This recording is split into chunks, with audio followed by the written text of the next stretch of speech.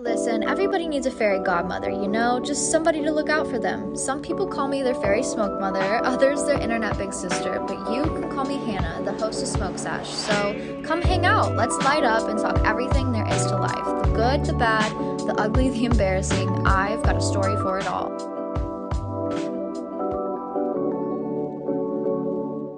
Hello, and happy, oh my god, what day is it? Tuesday, you guys. Wow.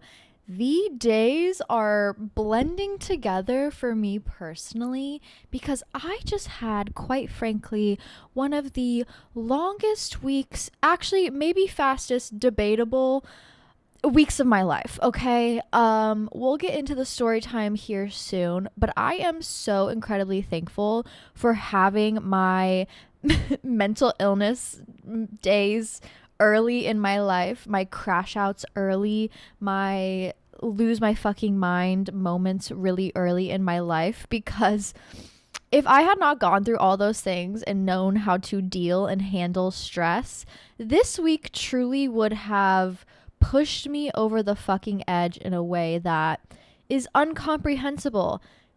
In my past, I would have been out doing any drug imaginable to forget about the trials and tribulations that I have gone through this week, but we have grown. Wow, we are an adult, and we face those emotions and those problems head on, as sober as we possibly can be. I had a little drink here and there, I had a little smoke here and there, but you know what? Whatever gets you through it. So if you follow me on Instagram, you probably are aware of a little bit of what I've been going through. I woke up Tuesday morning. I usually film these on Mondays, so I have time to edit and upload, because the upload process takes hours for some reason. And I just don't want to stress myself out on Tuesdays. So I usually film on Mondays, get all of that out of the way. And then Tuesdays are so fantastic. I can just have them already uploaded and then basically publish them bright and early, so you guys can listen to this pretty early in the morning on Tuesdays. So I woke up Tuesday, which was April Fool's Day, April 1st. I woke up, I think I honestly got my pussy eaten that morning. We were feeling good. We were up early. I got to see my boyfriend before he went to work. And I was like, oh my God, my phone didn't charge. Let me go downstairs and grab my charger out of my phone, and I'll be able to walk my boyfriend to his car and just have a cute little, oh, goodbye, have fun at work, kiss moment. I'm feeling good. I gotta take my cat out on the front porch. It's a beautiful day. I put my little Birkenstock slippers on. I'm in my cute little Aritzia gray shorts. I'm walking downstairs, blah, blah, blah. Bye, baby. Love you. He takes the trash out. I give him a little kiss. Where's my car? Where the fuck is my car? I needed my charger. It was in my car. Where's my car? So out loud, I go, where's my fucking car? And this may sound very, very familiar to you, because end of December, my boyfriend had gotten his car stolen off our side street, and we went through this exact process together, because we went downstairs and he said, babe, where's my car? And I was like, LOL, you're so funny. And it was April Fool's Day, so I already had to play a little joke on him in the morning. I came up behind him and I was not to curse myself, but I was like, I'm pregnant. And this poor man, he was so tired, he turned around as if I was telling the truth. No, not pregnant. Thank God. That is one win for the week, I'll tell you that. But I go downstairs, I go, where's my car? And he goes, oh, so funny, April Fools. No. Look around. Where the fuck is my car? Stolen. Gone. Vanished. And I don't know how the fuck they got my car, if we're being honest. His car, we kind of knew. It was a Nissan. It was those push to starts. Very easy for people to kind of bounce a signal off of your key, or even get a key copier off of Amazon. Amazon, fuck you for selling products to be able to break into people's cars for under $20. You are the devil. I hope you burn and die in hell.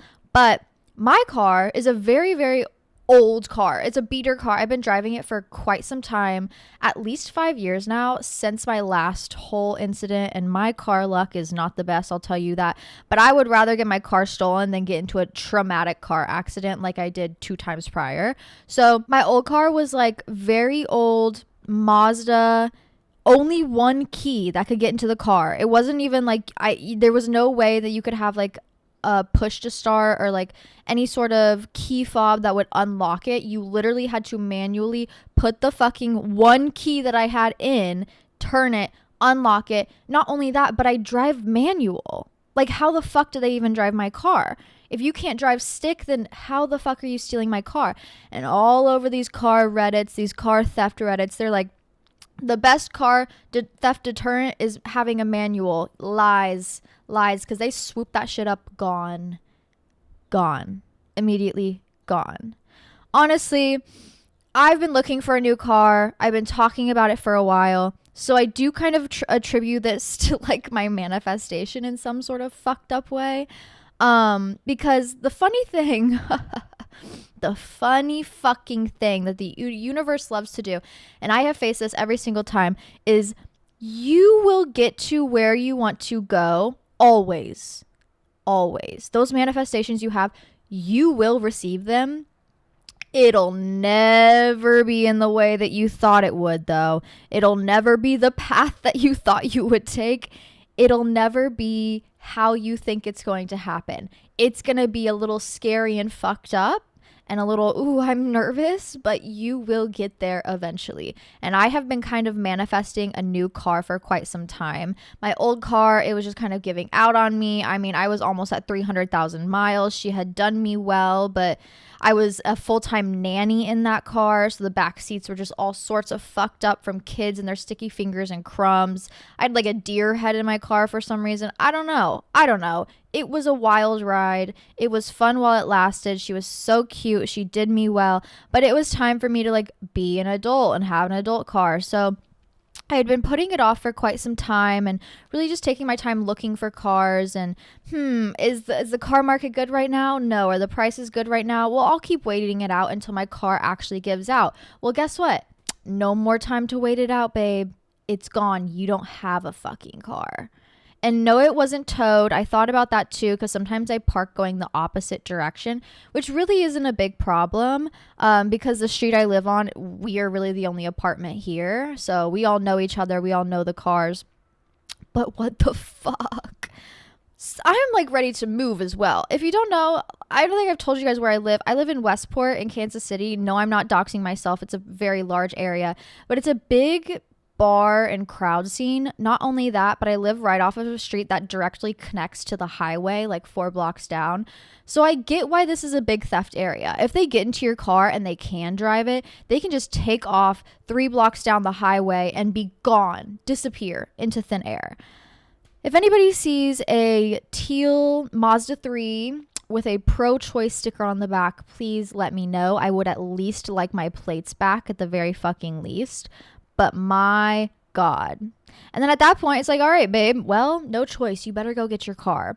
Luckily, the universe did work something out for me. I was like, fuck. With the tariffs, like shit's getting expensive. Cars are expensive. And my dream car was the Mazda CX-5. I love a Mazda. They've always done me well. The serious car crashes that I could have died in, they kept me safe. They kept me alive. And I love a Mazda for that. They're reliable. They get really great gas mileage. And I really wanted to stick with the Mazda, but I wanted something a little bit bigger and automatic. I was tired of driving manual, which now I kind of miss a little bit. But I was tired of driving manual. I wanted like a comforting, relaxing car that like when I go out and run errands, when I go to the grocery store, it makes my life easier and it's fun to drive in. The Mazda CX-5 is like the Mazda 3, but it's more of an SUV version. And these cars, you cannot find these cars for like under $17,000. So I had been looking and waiting for one to pop up. Well, car got stolen, reported as stolen, spent all day kind of just like disassociating. The next day, I'm like, all right, bitch, you got things to fucking do. You need a car. Let's start shopping online. Guess what? I type in Mazda CX-5. Bam. Dream car pops up. I think it was like $13,000 that it was listed for. tan interior, which is also something that I was manifesting. Basically brand new, under 150,000 miles, only one owner. I said, we're going. We're going.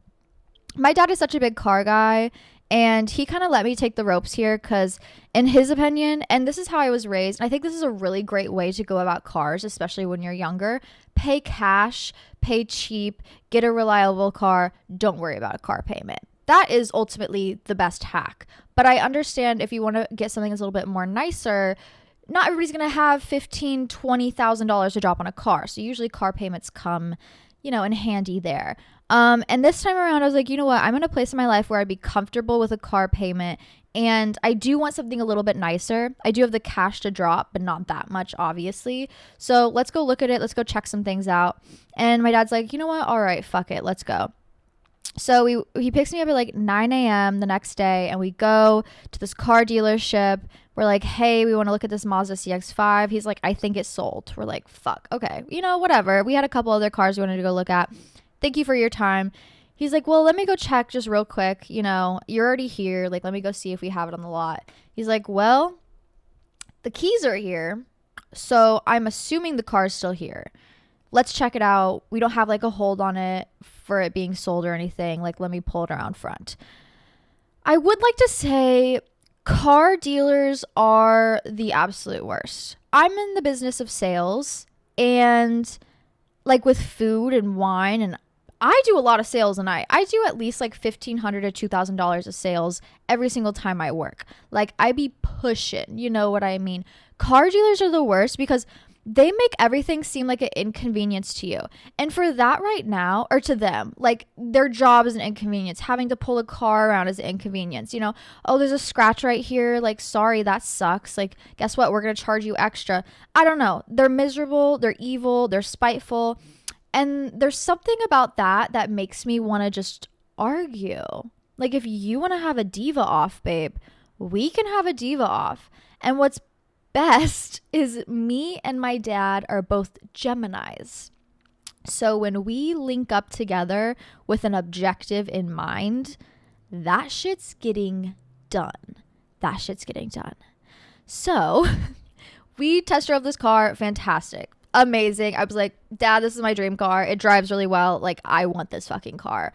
Let's go chat price. So we sit down, we chat price. Of course, fucking car dealer. He's like, well, it's listed online for $12,000, but actually it's going to be like 16, 17. That's the lowest I can go. Okay, shut up.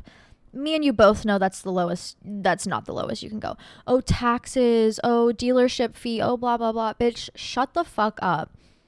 I'm paying 12 for this. Like, I don't know what you have going on. He's like, okay, I'll take 1,000 off. Like, will that be enough for you? Me and my dad are like, no. Okay, well, I'll take another 500 off. Will that be enough for you? No, we came here for $12,000. Hello. Why the fuck would you think we're willing to spend $4,000 over that? Oh my God. If I was a car dealer, I would sell so many by just having a smile on my face and working with people willingly. Like, you know what? Let me do you a favor. Like, let me go talk to my boss. I think I can get this down pretty low. I want to work with you guys. Like, positivity. Men really do not have an ounce of positivity in their souls. Like, come on, bitch. So at this point, me and my dad are pissed off. And at this point, we're just kind of fucking with him. Like, how low can we get it? Like, we're willing to walk at any moment. And the thing about a car salesman, they do not want to see you walk. So we know that threat works many times over. And if you're going to hustle with a car dealer, prepare to be there for quite some time. Yeah. So he's like, what price will do it for you, please? Like, I just want to get this car to you. What price? The one listed, babe. He's like, all right, fine. So me and my dad were able to walk with this car that is so incredibly nice that the Carfax value is like $4,000 under for like, I think like with, some taxes, of course you got to pay sales tax and stuff. I think I walked at like 13.5, which I'm very, very happy about. Very happy about. That man got swindled that day. He surely did. Even the owner, the head manager was like, I literally can't do less than this. And I was like, well, I fear you're going to have to. Like, we're not paying anything else, bitch. Do you want to sit with this car? Do you want it sold today? Cash money in hand. Hello. That's the obvious answer. And this is the point in my time where, like, not to be the white girl sitting here going like, I'm so privileged, because I feel like when we do hear privilege, we hear it from a place of like ignorance, but I am very aware of how privileged I am, and it's not in the realm of money. It's more so in the realm of like, my parents made me very aware of what life is realistically at a very young age. And I think that's why I had a very tumultuous relationship with them, because they were hard on me. They did want me to go through these life lessons. They were there to stand beside me and stand behind me and protect me if they needed to. But ultimately, they wanted me to face issues head on. They wanted me to be aware of like the realities of the world. They did not hide me from the realities from the world. And I think I am very, very privileged in that department. And I'm very thankful for that, because it has made me a more level-headed and like successful adult. Does that make sense? Like, they wanted me to have a job, make my own money, be smart with my money, spend it wisely. They wanted me to be aware of like people's motives and how they interact with the world. And just things like that. And I am very, very privileged that my parents were able to, you know, help me in those areas. And I feel so thankful for that. I do think it made for a hard teenage years, because it's like, I just want life to be easy. You know, why can't you just solve everything for me? But ultimately, I think going through those hardships did make me so much of a better person. And I am so thankful to have my parents there beside me to have walked me and guided me through those lessons.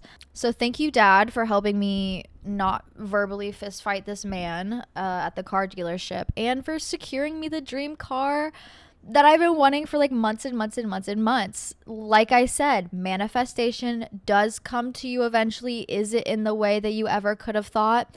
No, no, not at all. Not at all. But you will get there eventually. Did I think my car was going to get stolen? Hell no, I didn't. I didn't think anybody could fucking drive it in this day and age, bitch.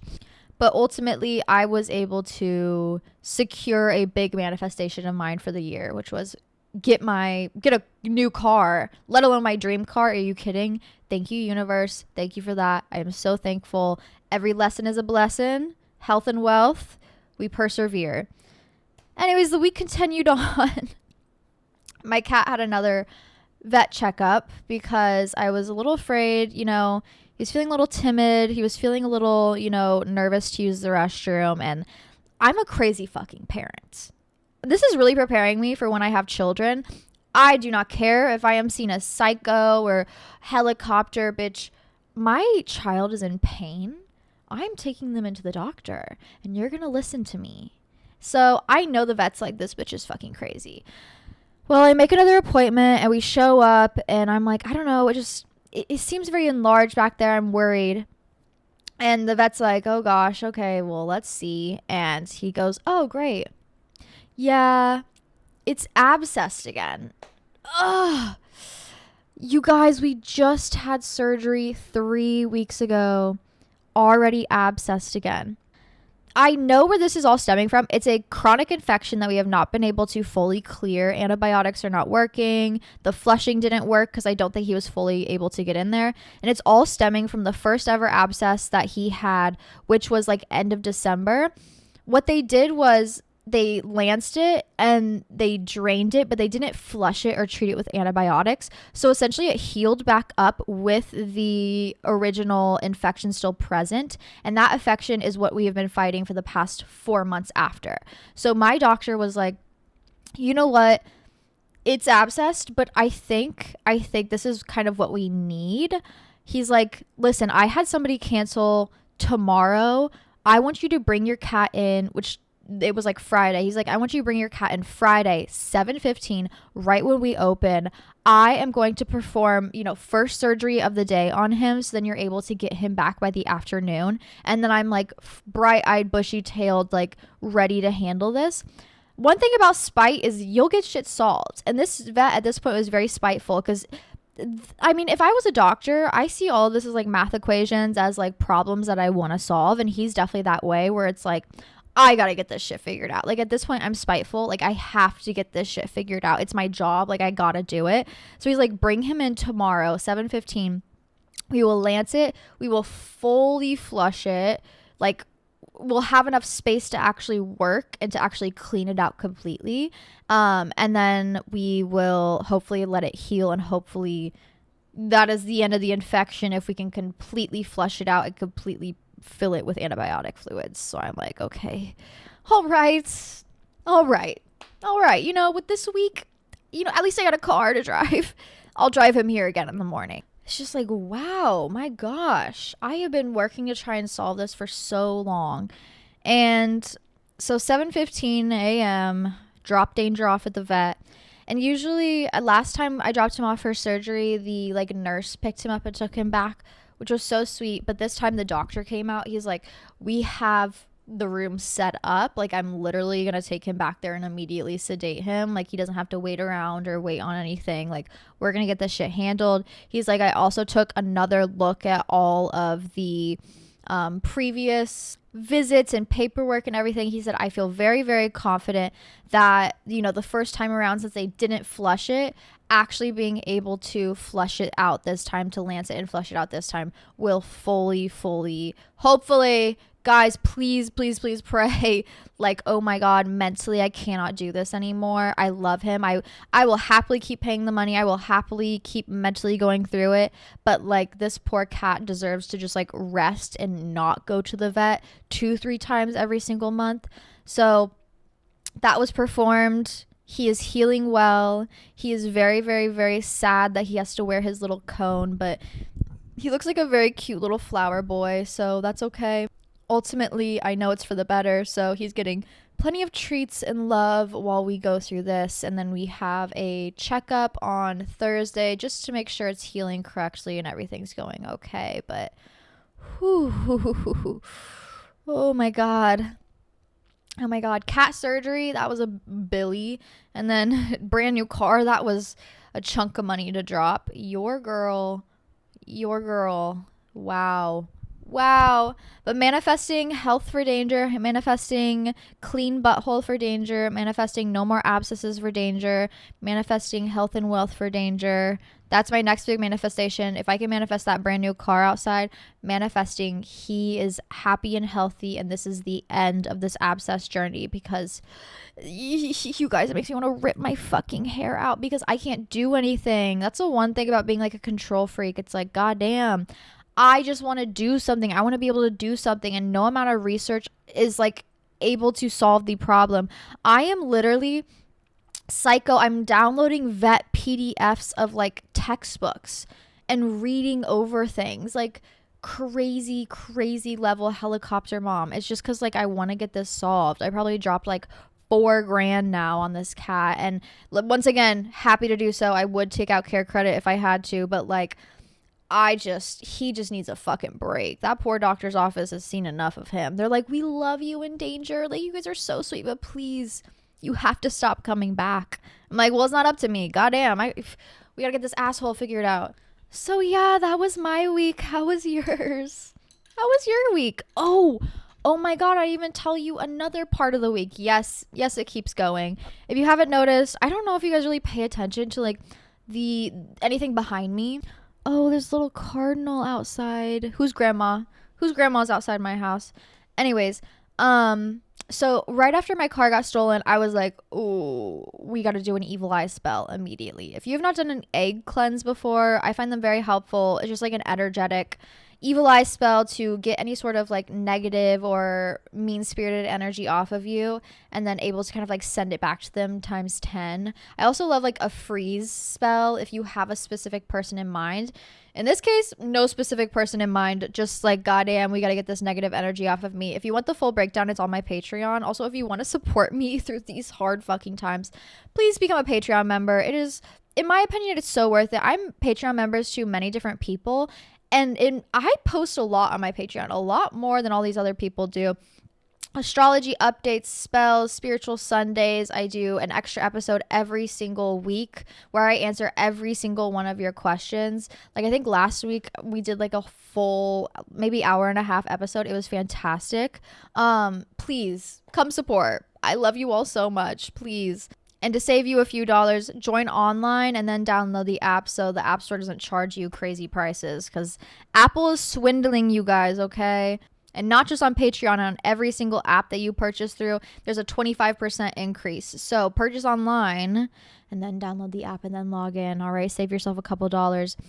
But I did the egg cleanse, and I think it was like a couple days after the eclipse as well. Just the residual energy. I was not sleeping right. Obviously, bad things were happening. It felt very like chaotic and thunderstormy. It was raining all week. And then that night, it was supposed to be like totally fine. The storms were supposed to stop. Like it had been thunderstorming that day. Storms were supposed to stop. We went to bed, oh, sleepy. Let's go to bed. Night night. 3:30 in the morning. 3:30 in the morning. I hear shattering, glass smashing, wind, horrible noises. I thought somebody was in my house swinging from the ceilings, smashing things, breaking things, blah blah blah. I lean over, I grab my boyfriend, I shake him fucking awake. He is up, jumping over me, running outside. One thing about him, he will run head first into danger. There is no thought. And thank God for that boy right there, because I was not about to get out of bed and go out there first. My front door had completely blown open from the wind, knocked everything on this shelf off, and had practically like flipped all my plants over. There was a giant mirror up here, so that fell, that shattered. All my pots up here fell and shattered. It was a mess out here. Broken glass, dirt, wind. It was raining still, so thundering, raining, rain's blowing in the house. I'm like, oh my God. So that woke us up at 3 a.m. No, it was not an intruder. But I felt like that was kind of the universe pushing all of that negative energy. Just like we needed like an explosion of the negative energy to like release it. And that felt like a very like release moment. Like especially following like right after my evil eye cleanse, that felt like, whoa, there was something really heavy sitting on top of you, and that fully kind of released it back out into the universe and away from you. So that was insane. And I did spend an hour from like 3:30 to 4:30 sweeping up broken glass and dirt and just shattered remains of my pots and my plants, so then my cat wouldn't step in it. Like I was worried about him getting little glass in his paws. I was like, oh my God, that cannot happen. I cannot leave this here and go back to bed. Like, let me clean up. But wow, what a week, you guys. I have not done, I think, what is this, like a 30-minute recap in quite some time. And now I'm looking back and I'm like, I do miss the episodes where I'm like, today was a great week. I didn't really do a whole lot. Let's get into your questions, because I went through too much this fucking week.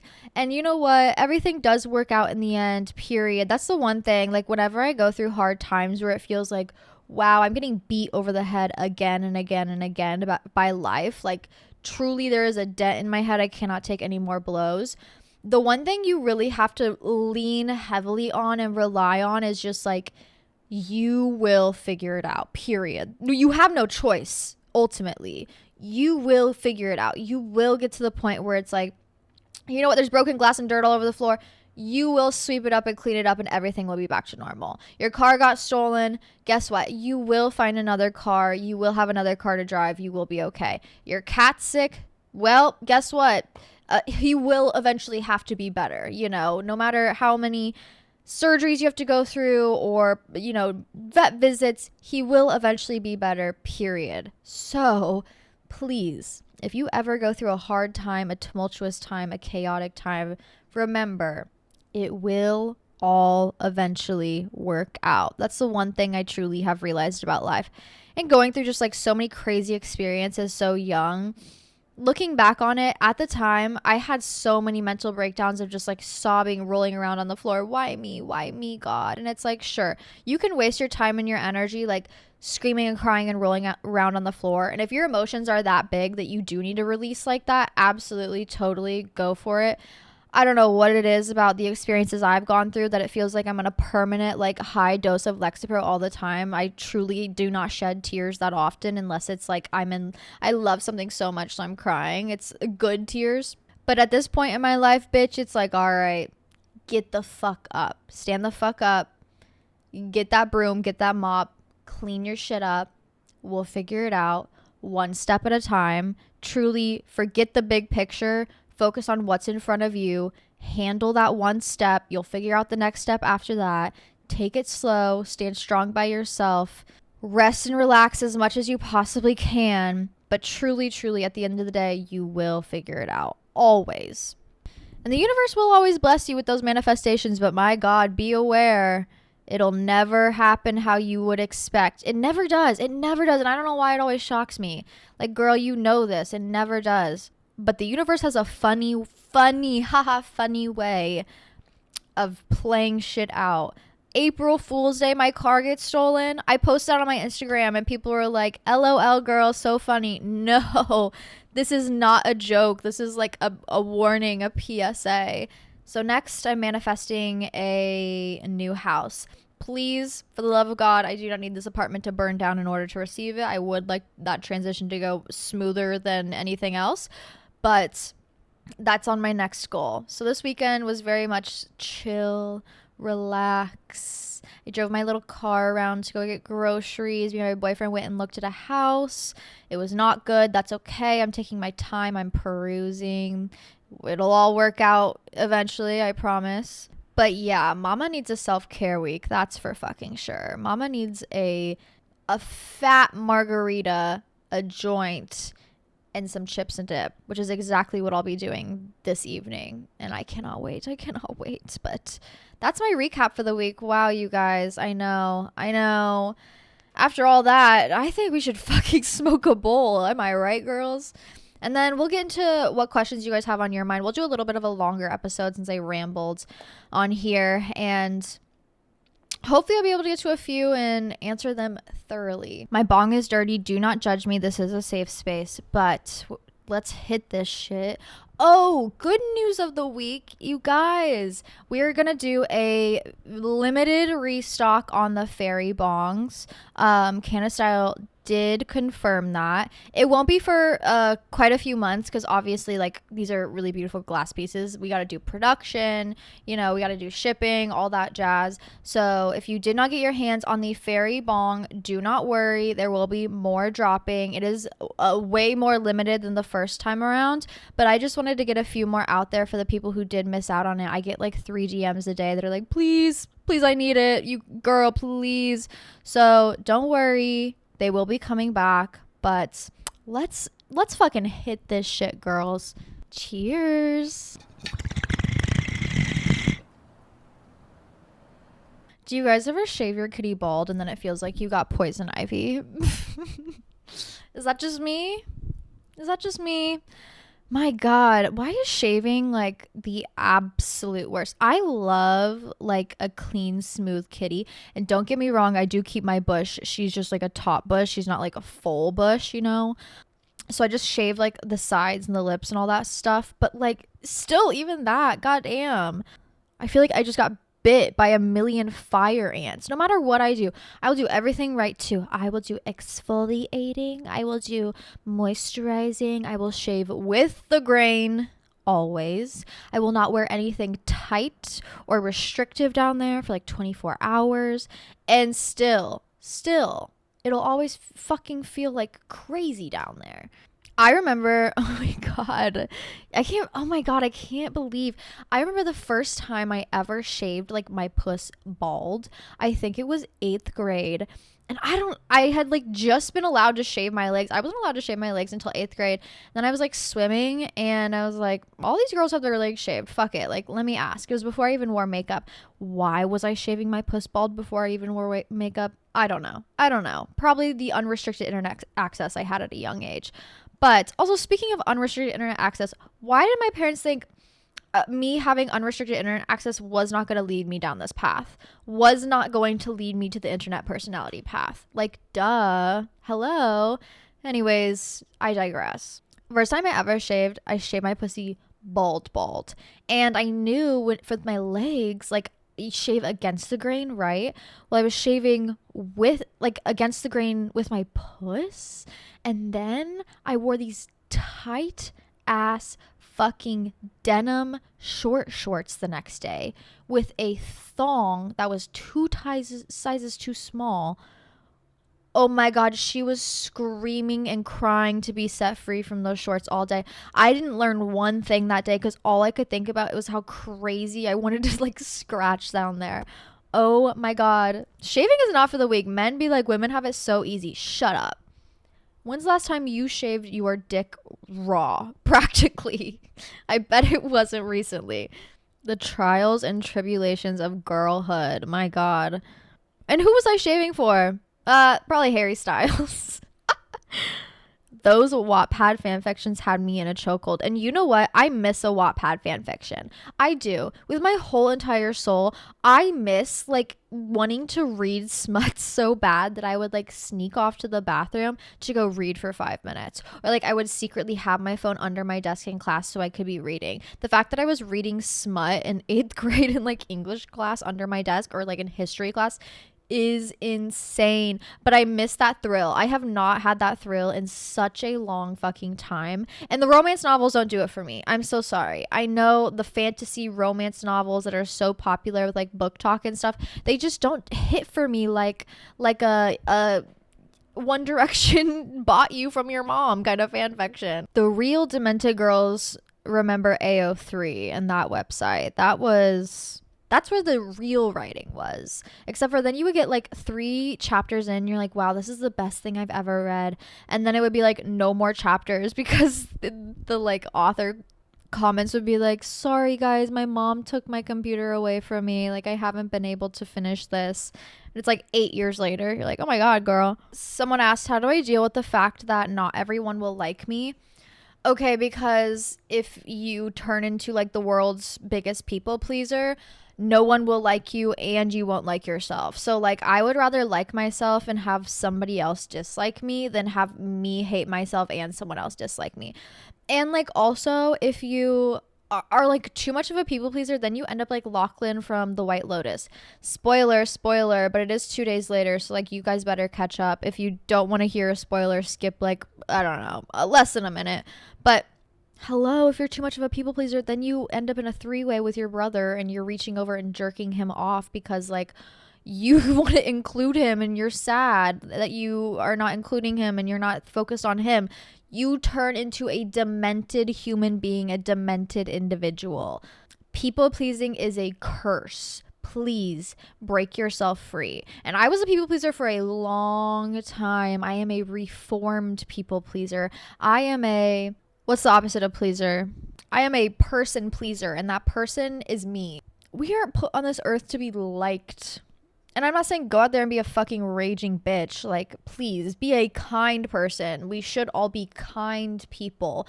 But if you're a kind person and someone still doesn't like you, it's like, well, that's their issue to deal with, not mine. If you keep overwhelming yourself with other people's problems with you, how other people view you, you quickly lose that self-identity and like that self-respect, and you start going down this path of like putting yourself aside in order to make other people comfortable, and that is a literally dangerous place to be. I have been in dangerous places because of that. I have done dangerous things because of that. Like I should be dead because of some of the people pleasing things that I would do, where it's just like, yeah, sure, I'll get in your car. Like girl, please, for the love of God, like stand up. Who cares if this random person doesn't like you?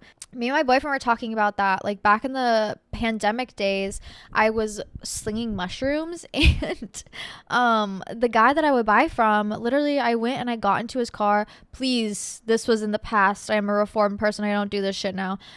This is for legal purposes. But you pull up to the spot. He's like, okay, get in my car. I'm like, okay, I get in his car and I'm going to do a deal. And then he starts tweaking out and he locks me in his car. He hits the lock and he's like, we're going to drive around the block real quick. I should have been like, no, park this fucking car now. I'm getting out. But I just kind of like sat there silently. This man could have easily driven far, far away with me. Like, hello, girl. You do not need to be in these positions. It's okay if this random fucking crackhead does not like you. Please. I also understand the feeling of like wanting to be liked by people. I think that's okay if they're a good person. If that person is a good person and you want to be liked by them, I understand that, but don't kill yourself over it. And also ask yourself, do you even like them? Do you even want to be liked by them? I think this is a great way to break the people pleasing curse of it all. Focus on you. Ask yourself if you even want to be liked by them, or if you even like them, if you even want to be around them in the first place, if their opinion really truly does matter to you. There's some people in my life that I'm like, their opinion of me does matter to me. And that's because they're people that are solid people. They're trustworthy people. They do love me in my worst and my awful and my good, but still, they're solid, level-headed people that I look up to and I want them to like me. I think that's good and healthy to have. But when it's every single stranger danger person that's walking down the street and you're like, oh, I want them to like me. Girl, you're abandoning yourself in the process. You're abandoning yourself for someone else. And I do think people pleasing is truly just self-abandonment. You don't want to focus on anything that has to do with you. You don't want to focus on your perception of yourself. You don't want to focus on your own problems. So you preconceive your entire life with other people's problems, with other people's thoughts, with other people's perspectives, with other people's opinions, and that is a wasteful way to live your life. Okay? How do you balance taking care of your own needs while working long hours as a server? I feel like this is really something that the young adults start to go through quickly because their life becomes preconceived by all work. And work is harder than school. You know, going to school all day and then going home sucks. Sure, when you're a kid, you're like, I don't want to go to school, blah, blah, blah. But like, you don't have to come home, or maybe you do. Okay, most people don't have to come home and then cook dinner and then clean and then put a baby to bed. Like, hello. When you're young, we take that shit for granted. Then all of a sudden we're working the same amount that we are at school, but it's 10 times harder because it's work, duh. And then you have to come home and somehow pay the bills, feed yourself, take care of shit around you, do the laundry. Like, this sucks. This sucks. I miss when I was a kid and I was in school and I gotta just enjoy life. But the older I get, I've found that once you find like a good routine, once you do it enough, once you're immersed in the adulthood life of it all and you're used to, you know, the long hours, and then you start getting used to the chores, the things that you have to do for yourself, the non-negotiables, start to feel a little bit more fueling. They start to feel a little bit more self-carry. Like in the past, doing laundry was like, oh, I don't want to fucking do laundry. This is a waste of my time. I'm so exhausted. I just want to sit here and scroll on my phone, bitch. Now that when I do laundry and I actually sit down and I do a whole pile of laundry and it's out of my way, it's like, wow, that felt good. Like, that feels energizing and good to take care of myself even if it's hard. Or like doing the dishes, you know, after a big meal, the last thing you want to do is then get up and do the dishes. But if I take the time every night to really get up, to put the dishes away, to run the dishwasher, to wipe the counters off, when I wake up in the morning, I'm not greeted by all these dirty pots and pans and then stressed out first thing in the morning. It's like, no, I get to get up, enjoy my day, and understand that I took care of my shit when it was supposed to be taken care of. So the whole balance of taking care of your own needs and then also taking care of work is like, work's one thing, but if you can figure out how you can turn the needs that you do have into almost like a self-care ritual and the satisfaction of doing those self-care things, it solves the whole problem of like, oh my God, life is just dirty dishes and then chores and then work and then sleep. Oh, this just sucks. But it's like, if life is about dirty dishes, that means it's about good food. If life is about dirty clothes, it means it's about good outfits. If life is about, you know, dirty floors with footprints all over it, it's about friends coming over. Like, there's a yin and yang to everything. And once you're able to see like the privilege of being able to do these things and the appreciation for being able to do these things, like, wow, I have 8 loads of laundry to go through. I can't believe I have 8 loads of clothes that are like that good, that I wear that often. These outfits are great, you know, that I'm able to then clean, in a house that I'm able to then pay for, and electricity and water that I'm able to pay for with this job that sure sucks and is long, but also it feeds me, you know?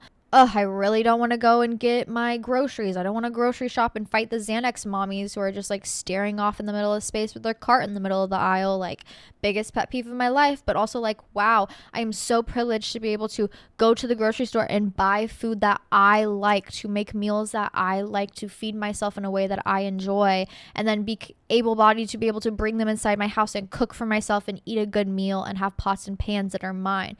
You really got to flip it, okay? The negativity will take over your life in every aspect, but I think it's really important to turn those negative things, or the things that maybe you deem negative, into positives no matter what. It makes life just so much easier. It really does. It makes the boring fun. It makes the mundane, the hard, the adult tasks a little bit more like adventurous, a little bit more enjoyable and nourishing to the soul. Favorite snack right now? So I'm obsessed. This is unrelated, but I'm obsessed with Take Van and her like little snack plates where it's like a shred, an onion slice shred with dill on top, lemon juice, olive oil, and then she crunches on it. Oh my God. It looks so fucking good. I love a snack plate like that though, especially now that we're in spring. Seasonal vegetables are cheap as fuck right now, okay? Go stock up, go buy locally if you can. I'm going to start buying my eggs locally because they are $3 cheaper than the grocery store. And all of my veggies are so much cheaper than the grocery store. But I love just like a seasonal snack plate where it's like, okay, let me grab some snap peas and a handful of carrots and then some little cubes of cheese and some grapes, and throw that in one big bowl, maybe with some pretzels or some chips, and go on about my day and snack along with that. I love a seasonal snack plate in that sort of sense. Maybe I'll make a video on it. That'd be fun. My next recipe video actually will be up, hopefully. Actually, no, it will be. It'll be up by the end of the week, at least by Thursday or maybe Friday. And I'm making a green goddess wrap. I love a wrap. And if you don't like veggies, I think a wrap is a perfect way to get your veggies in and have it taste good. So it's going to be just like all these veggies, a great green goddess dressing, and then a little bit of protein in there, all wrapped up. And it will be vegan, I'm pretty sure. I'm thinking of the recipe I'm trying to make. Yeah, I'm not putting any cheese in it. It will be also vegan. So if you're curious, come check it out. Instagram.com/Hannah Marlene. How do you stay motivated? Oh, baby, it's all spite. It's all spite. And some people tell me that's not a way to live, but ultimately I think it truly has done me wonders. And it is my Gemini, like fiery, airy spirit to kind of be like, I just have to do better than them. like I just have to do better than them. And sometimes them is not a person or like an individual that I'm specifically thinking of. Sometimes it's just like I'm imagining all my haters in front of me, and it's like I just have to do better than them. Like I gotta keep leveling up. Like it doesn't end here. I gotta keep leveling up. And you know what? My boyfriend is so absolutely fucking sweet, and I take him for granted. I really do. And he deserves the world. He's getting a blowjob as soon as he's coming home. But like I'm an insanely hard worker because of how my parents raised me, which is just like, you have no choice. And also they kind of raised me in the sense of like, they were never fully satisfied with anything I ever did. Like, you could always go bigger, which made me very mentally unstable for sure. But also it taught me that like the sky's the limit. Like, you set the bar, you go to that bar, and then once you reach that bar, set another bar that no one else can imagine and do that. So I think that really, really, really helps me stay motivated. Just the desire to please my parents and never being able to do so. But also my sweet, sweet boyfriend was like, the one thing that you really have like taught me, and I find very inspirational about you, is that you really create these goals for yourself, and they're goals that no one else could have thought of. They truly are individual to you, and you go after them head first no matter what. And even when you achieve that goal, you're kind of like never satisfied, in the way where it's you want to keep beating yourself. Like, you not in like a beat yourself, but like you want to kind of see like, okay, well, how far can I push it? Where can I go next? How can I turn this into a good thing? How can I transform this experience? And I had no idea I really did that until he put those into words. And I was like, oh, so incredibly sweet. He's like, I find it so inspiring because he's like, sometimes I get into the mundane of life and I'm willing to settle for just like situational things that maybe I shouldn't settle for, or I'm able to settle for like what is okay instead of what is good. And you really teach me that like you should always, always go for the best no matter what, because no one else is going to get it for you. So why would you not at least try for yourself? Oh, such a fucking sweetheart. Truly, truly, truly, I'm so lucky. But yeah, that also keeps me motivated, where it's just like, I don't know, it's truly ingrained in my spirit where it's like, you just got to keep pushing. Also, now that I'm a bit older, I am a very competitive person, and I don't necessarily compete in life in like an unhealthy way where I am comparing and contrasting in real time. But it is that visualization of like all the haters below me.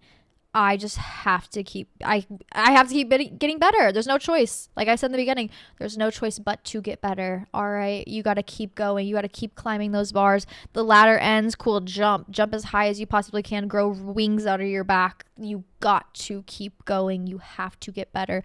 You got to keep doing those amazing things that you want to do. No one else is going to get them for you. No one else is going to go out there and hand you those things. I wasn't raised with mommy and daddy to go buy me that yacht, to go buy me that, entrance to a Ivy League school. No, they said, sit down and work, bitch. And once again, I'm very privileged in the way where my parents made that very clear to me, where it's like, we can't afford those things. If you want them, you got to work for them. And I'm very happy that they were able to articulate that to me. It's a little cold-hearted, made me a little jaded for some time, but now that I'm an adult, it has made me level-headed in a way where I think I am more ahead than some people who are at my age, who never worked a job, who had everything bought for them or handed to them, who have never had to face hardship. And that's the one thing, like if you go through hard things, it will elevate you to a place that the people who seem more privileged in this life cannot get to, because you learn more with lived experience than what money can buy tenfold. So yeah, babe, it truly can only get better from here, but how bad do you want it? Oh, this is interesting. Do you think the one is a feeling or a choice?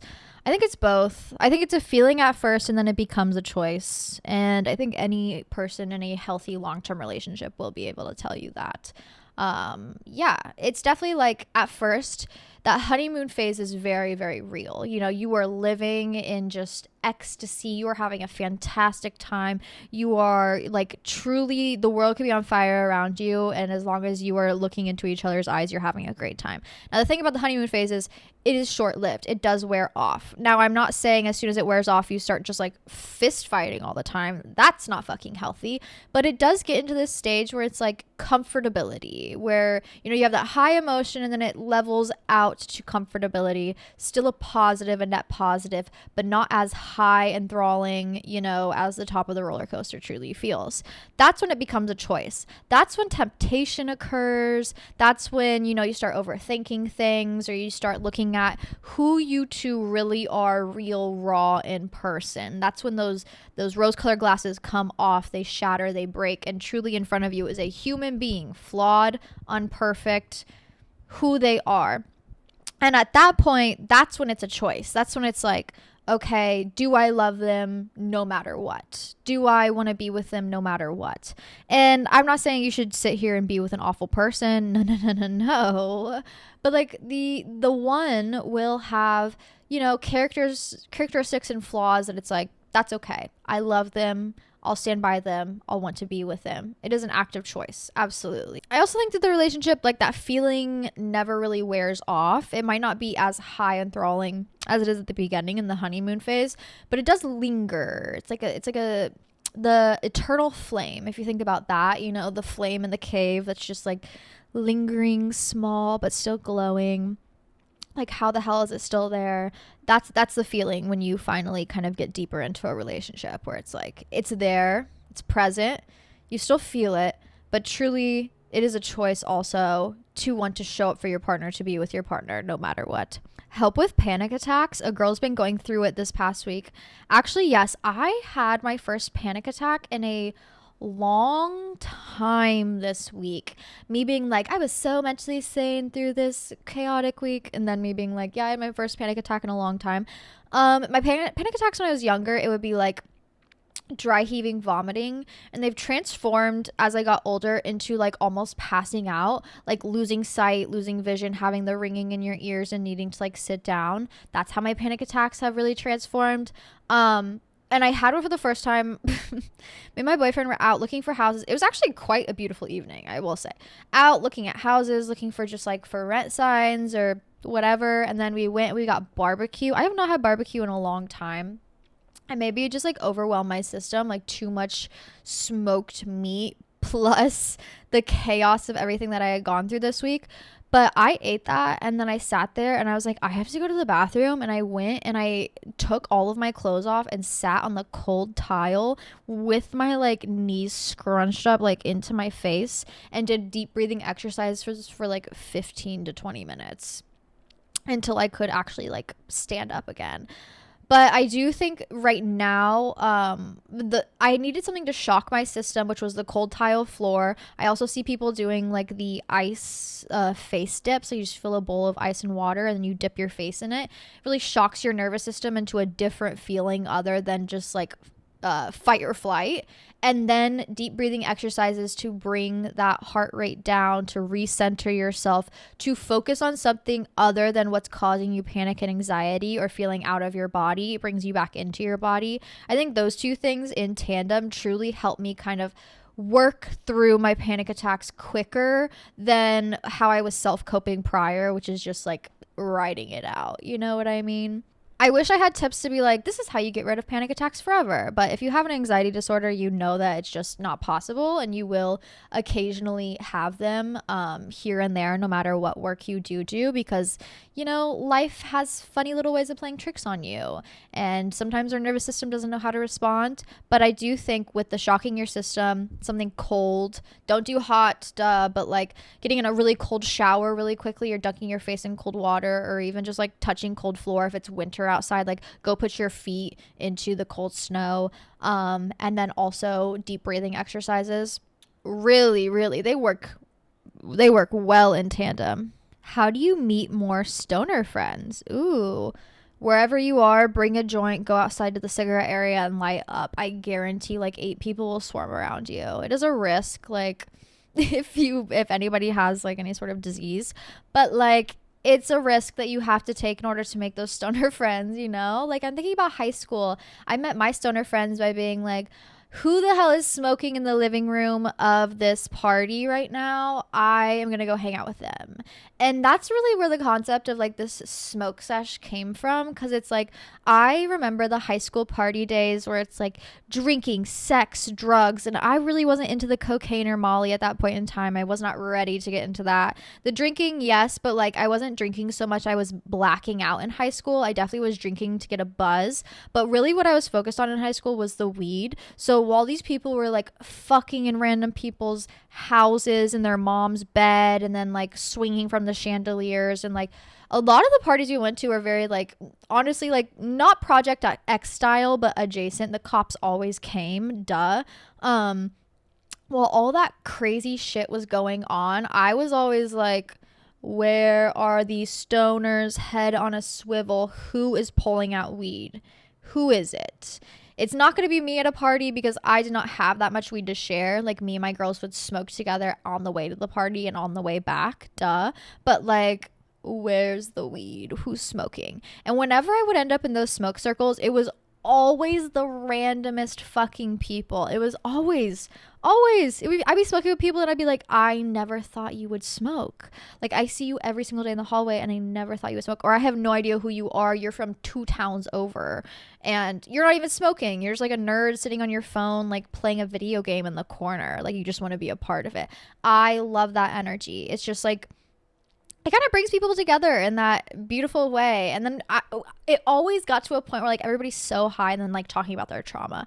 And I appreciate that too, because it's like weed naturally kind of creates this safe space where it breaks down those barriers of like needing to perform and really puts yourself into your body and into your head in a way that is kind of therapeutic if you have never done that before. And it would be like the jocks like breaking down crying in the smoke sesh, and like the stoner girls being like, it's okay, babe. You know, like, I'm sorry your dad doesn't love you, but like, I'll give you a hug, you know? But yeah, if you want to make more stoner friends, just like roll up and then present it at a party, present it outside in the smoking circle, and just enjoy. Someone said a man broke into my house and sniffed my ballet tights. Help. How do you know? That is spooky. That is spooky. And I need you to get a Ring doorbell camera immediately. I need you to change the locks immediately. There's something about like having your shit get stolen or getting broken into that gives you like that helpless feeling, but you can retake that power back by at least protecting yourself in some sort of way. Like after getting my car stolen, I'm not just gonna let my new car sit down there like regular ready to get taken. Best believe I bought like a club for my steering wheel, and I have like multiple air tags, multiple tracking devices in the car, as well as the car is trackable. Like I am taking every precaution possible. I'm also getting full insurance this time instead of just liability. So if it does get stolen, I at least will get some money out of it or whatever. My God. But that's fucking crazy. Men are insane. Men are weird. I hate them. Not all the men getting angry at me.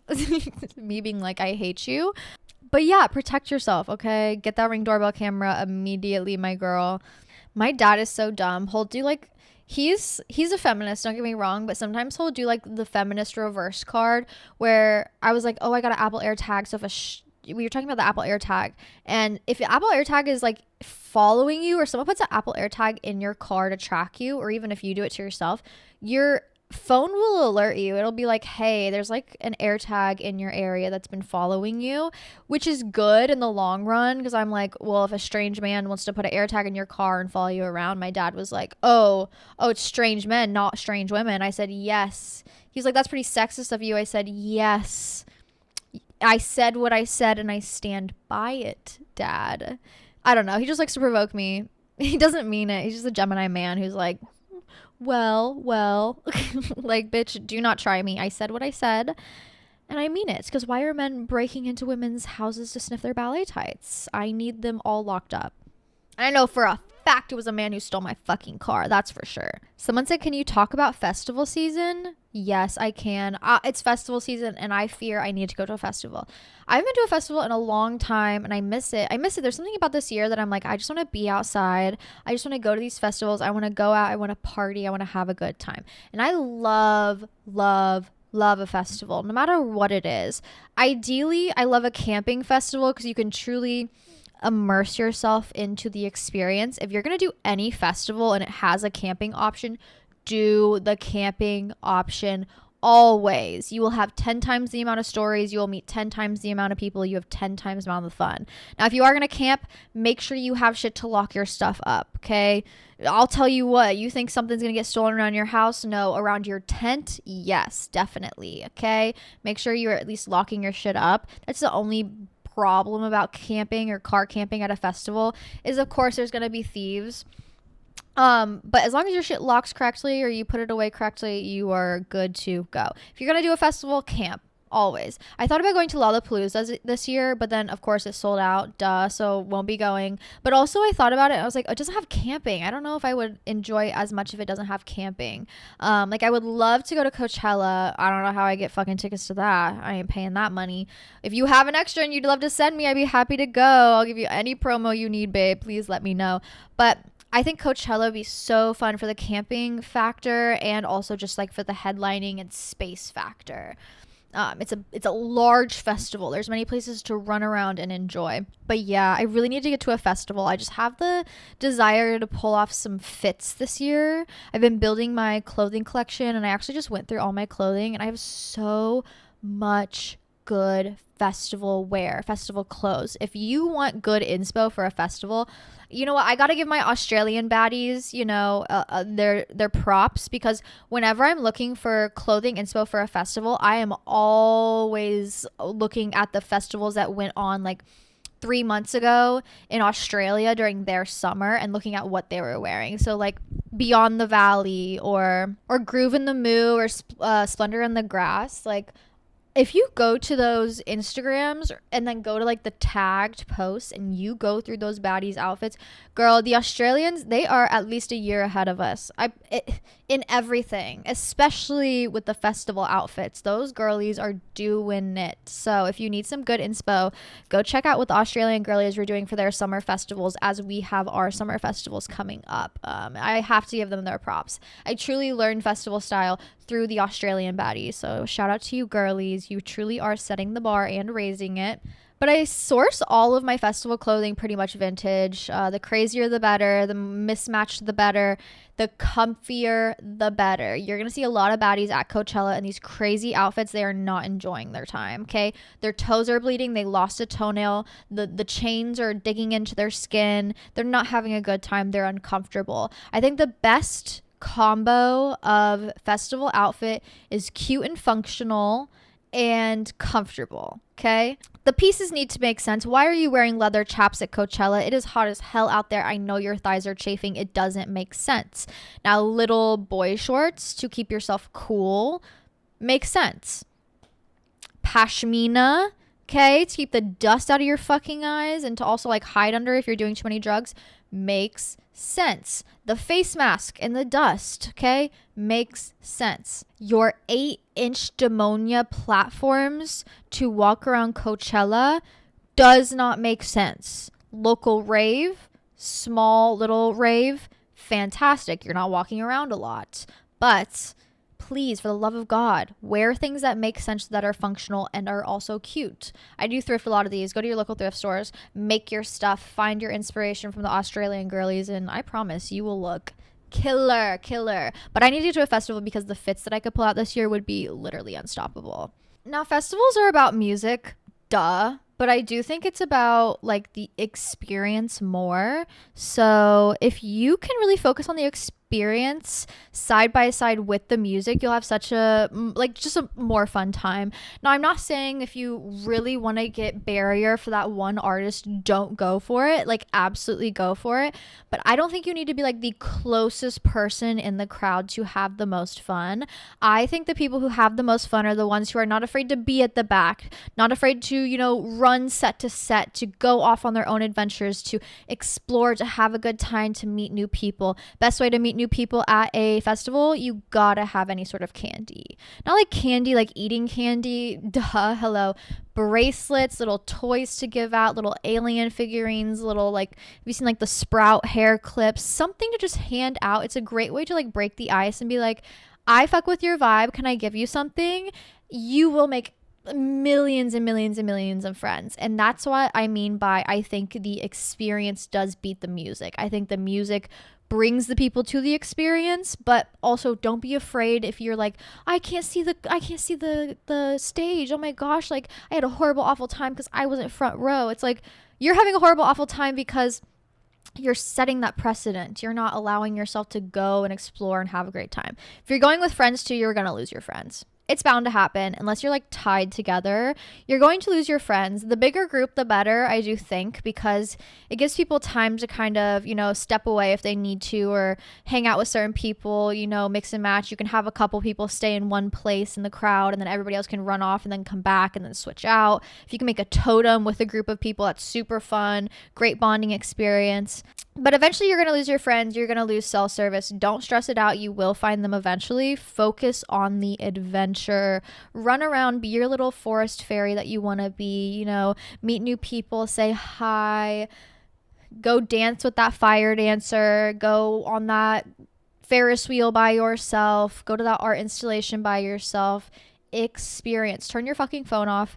Experience. That's truly what the beauty of a festival is. And that's why I say camping is kind of like a camping festival is top tier because the experience extends. But yes, I'm like fiending, like itching to go to a festival this year. If you have any recommendations or great ones, let me know.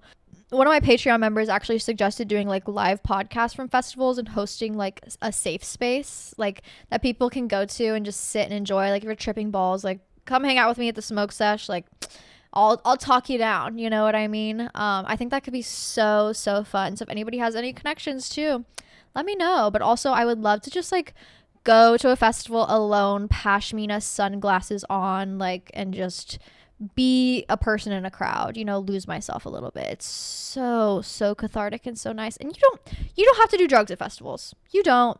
I understand there's a lot of drug culture at festivals, but if I was going to go to one now, I would probably just drink and smoke and still have as much of a good time as I did when I was on like a tab of acid and Molly. Like, girl, you don't need all of that to have a good time. And if you do need that to have a good time, that is a red flag. Please, if you're getting anything, test it. Test it. There is some boof shit out there. I don't need any of you dying, period. Okay, testing kits are free. They have testing kits at any single festival you go to. You can go to probably like the there's always like a testing tent, but also I'm sure you can go to the first aid tent and find a testing kit. You can order them online for free, but like, please, for the love of God, be safe and have fun. Festival season. What a fun season. It sounds like a lot of my girlies are going through finals right now and are studying. So if you need that dose of motivation, get it done, girls. You better lock the fuck in. You better study harder than you ever have studied before. It's gonna suck. It's gonna hurt. It's like running 8 miles. Your muscle is aching. You're basically on the verge of tears. I don't care. You have to get to that finish line and finish the best you can. As long as you finish and you did everything that you could, then how can you feel bad about yourself in the end of it? You know what I mean? That's how my studying always went. It's like, I'm just gonna push myself and do as much as I possibly can and simply finish the fucking exam. Whatever grade comes after that is whatever grade that comes after that. But when I always just like locked in and did the best I could and understand that at least I did everything in my power to prepare myself as best as I could, my grades were always great. They were. So you guys better get that fucking pen, pencil, paper, put that phone down, hand write those note cards, those study cards, sit in that library for 8 hours, make sure you're eating and drinking and sleeping. Please, for the love of God, don't drive yourself insane. You're gonna have those mental breakdowns. Good things never come easy, but if you're listening to this podcast, I know you can fucking do it, bitch. And then it'll be over, okay? It's like getting a shot. It's like, goddamn, this sucks. You're kind of hyping yourself up. Oh my gosh. And then it happens. You're like, that was slightly painful. And then you're like, wow, it's done. And then you get to enjoy your summer. How fun. Am I the asshole for wanting to go to prom with my friends instead of my boyfriend? No, but do nobody go to proms as like groups anymore? I'm confused. Like when I went to prom, there was like 12 of us. Like it was a fat group. Like it was my whole entire friend group. Probably 15 plus the significant others, you know? And of course there was like a couple couples with their boyfriend, girlfriend, like they're taking photos alone, but then also the boyfriend and girlfriend are getting in the photos with the rest of us. Like, hello. I think that's how you should probably go about it. I do think you're the asshole if you're like, I don't want to go to prom with you and you're fully dating. Like, you guys can go to prom together and also with your friends. Your boyfriend should be able to get along with your friends enough to go in a group together to prom. And if he can't, then that's a problem, you know? You can do best of both worlds here. But I think the people who had the most fun at prom were not the couples going alone. I think it was the big ass friend groups who was like, we're renting a party bus. We're, you know, all going out to dinner together. We're all spending time together. And then we're going out together afterwards to somebody's house to party. Like, that was the best way to do it. Someone said, have you seen Yellow Jackets? We need to talk about it. Yeah, the shows that me and my boyfriend are currently watching right now are Yellow Jackets, White Lotus, which we just finished, RIP. And then we started watching this new show called Paradise. It's okay. I feel like it's pretty, like, guessable. Maybe I'm just, like, so smart. No. I have yet to like really get into it, but if you need I need people to actually watch this show From. If you have not seen From, I'm so scared that they'll never renew it and then I will never know what happens even though they're on season 4. It is so fucking good, But yes, we're watching Yellow Jackets, and I will be a Shauna hater until the day I die, because that bitch does not need to be that fucking insane. Like, she is crazier than the one who is actually mentally ill running the cult. So, like, I don't know. I cannot stand that bitch. She is so annoying. And that's all I have to say. That's all I have to say. Is there going to be another season after this? Because there's only one more episode, and I'm like, there's no way they can wrap it all up. But I feel so bad for these girls. Like, set them free. My God. Feeling like I can't catch a break no matter what I do. Is something in retrograde or something? Yeah, it actually is. We have 2 retrogrades going on. Mercury is in retrograde in Aries and Pisces until April 7th. And Venus is also in retrograde in Aries and Pisces until April 12th. So a lot of the girlies who are like, breakup tips, I'm dreaming about him again, that's because Venus is in retrograde.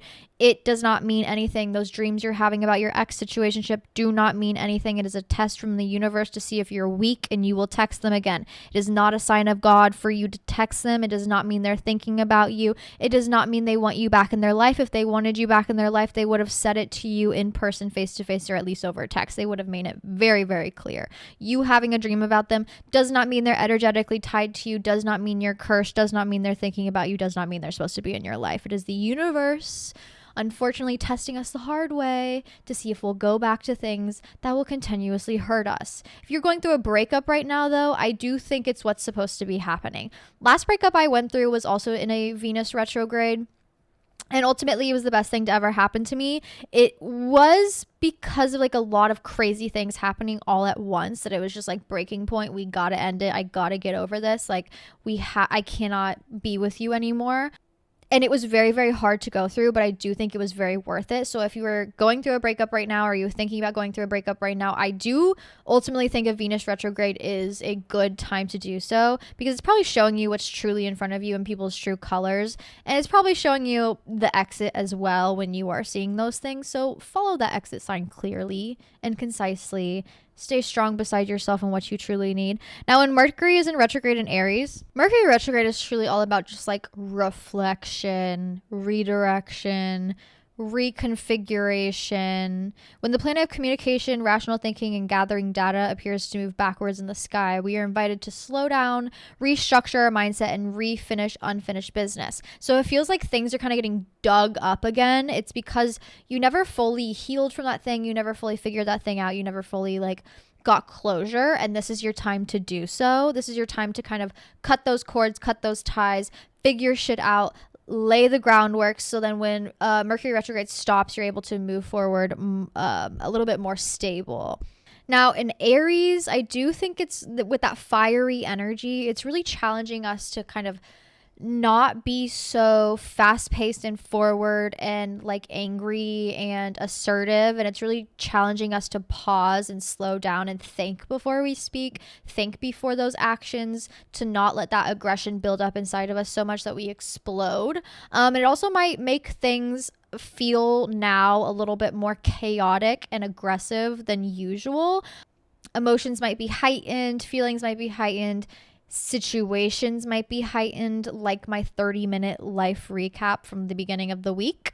But if you can really take it step by step and figure out each step as it comes, I think it makes these more implosive retrogrades a bit more manageable. So please, for the love of God, slow down.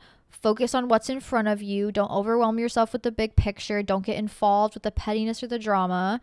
And focus on you. Keep it pushing. If you got to stay inside during this time because you're a little too aggressive, you got to stay inside during this time, you know? And then since it's retrograding Pisces the 29th to the 7th, focus on emotions, intuition. What is the universe trying to tell you? What is revisiting you from your past that maybe you didn't fully heal from? What kind of relationships are you experiencing that are not fully satisfying you or you don't feel yourself in? This is kind of working side by side or tandem with the Venus retrograde, which is making these, relationship emotions a bit more heightened as well. It's also challenging us to pause, slow down, and grow with the universe, not against it, okay? Listen to that intuition. You know what you want. You know it deep down in your heart and your soul. Why are you running away from it? All right? I love you all so much. Wow, this is such a cathartic podcast where it's like I get to get on here and just be and experience and also share my lessons and the things that I'm learning from and my hardships, and hopefully give you guys a bit of peace by having a friend to go through it with. Getting on here truly feels like hanging out with my best friends and being able to have that safe space to just be and feel and experience life side by side together. Wow, and what an amazing community to do so with. So thank you to every single one of you for being here, for standing with me, for appreciating me. I appreciate you tenfold. Just showing up every week and also just like wanting to be the best that you can possibly be. What is ultimately better than that? If you're in finals, stay strong. Okay, I believe in you, girlies. If you're being tested by the universe this retrograde, take some deep breaths, all right? Everything will eventually work out. There's no choice. There's no choice. Everything will work out. I promise you. And it'll always work out better than you ever could have imagined. But I love you. If you want to see more from me, follow me on Instagram at Hannah Marlene. I have a little bit of content coming out this week and a new recipe. And if you want to support me or see more from me, I do extra episodes every single week where I answer every single one of your questions on Patreon, patreon.com/smokestash. I'm going to do more of like a retrograde write-up as well. We have some catching up to do for the week, manifestation Mondays. I also have a new book club book. I'm finally going to read the newest Hunger Games book. I'm very excited about that. I need a book to just dive into to kind of forget about the chaos of my life, and I think it'll be perfect for that. But with that being said, love you all so much. Stay sane, stay sexy, and I'll see you all next week. Mwah.